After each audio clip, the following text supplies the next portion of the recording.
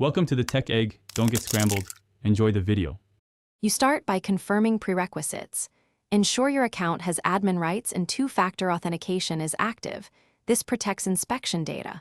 Once done, gather the basics: building plans, device ID, and extinguisher inventory, so you won't interrupt the flow.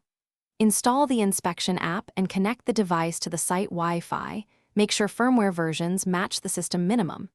Then open the dashboard, create a new inspection record, and scan the first device ID to begin the timed checklist.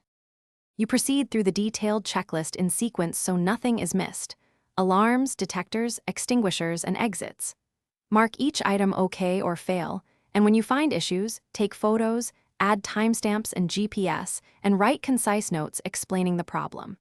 Make sure to run on device diagnostics for sensor calibration, battery percentage, and communications logs.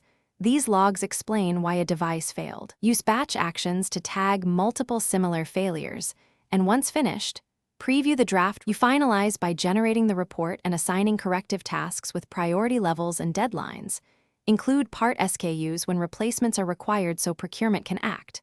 Once assigned, request supervisor review and obtain digital sign-off. Then export the report as PDF or CSV for archive and compliance.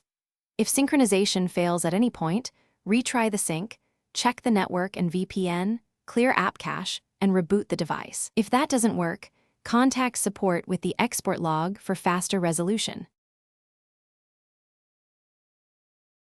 Thanks for watching. Consider subscribing if I helped unscramble your problems.